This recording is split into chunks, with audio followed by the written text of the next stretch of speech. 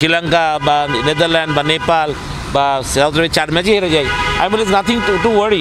বিশ্বকাপের গ্রুপ পর্বের 4টা ম্যাচ হারলেও চিন্তার কোনো কারণ দেখছেন না খালেদ মাহমুদ সুজন। ফর্মে না থাকা লিটন সৌম্যর উপর এখনো ভরসা রাখছেন বিসিবি ক্রিকেট অপারেশনসের ভাইস চেয়ারম্যান।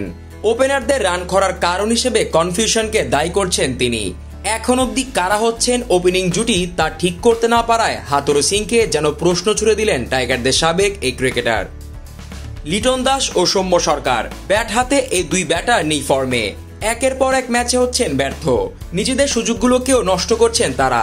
তবুও লিটন সৌম্যর উপর ভরসা রাখছেন খালেদ। তবে সাবেক এই ক্রিকেটার চাপ না নেওয়ার পরামর্শ দিয়েছেন লিটন সৌম্যকে। আমি যেটা মনে করি, দেখেন প্রত্যেকটা ছেলের একটা স্টাইল আছে, বেসিক আছে। আমি বললাম যে তারা বেসিকটাতে স্টিক করুক, পজিটিভ থাকুক, অ্যাটিটিউডটা পজিটিভ থাকুক।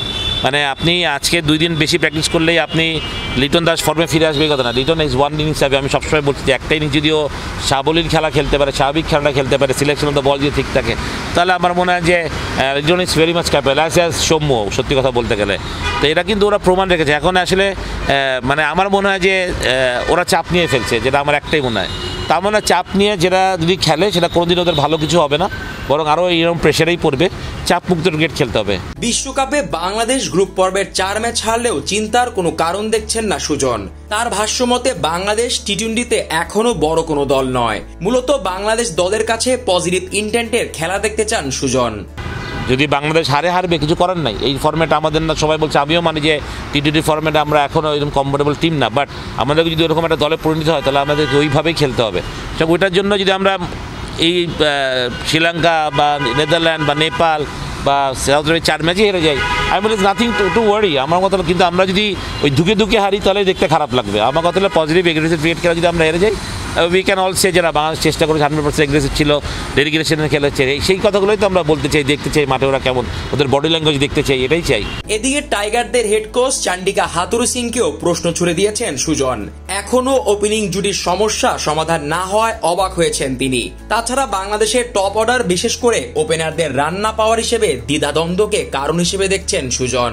তা আমার মনে হয় যে টিমের মধ্যে একটা কনফিউশন তৈরি হয়ে গেছে যে আমি রান্না করলে আমি টিমে থাকবো। এই চিন্তাটা তো করাই কথা না আসলে।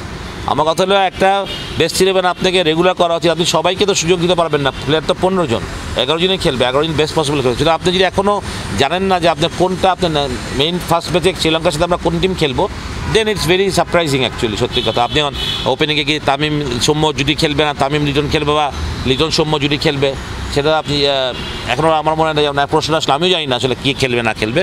বাট যেই খেলুক, আই বিলিভ তারা ভালো খেলুক, দলকে জিতানোর জন্য হেল্প করুক, সেটা সবচেয়ে বড়। Jisan Ahmed, BD Cric time.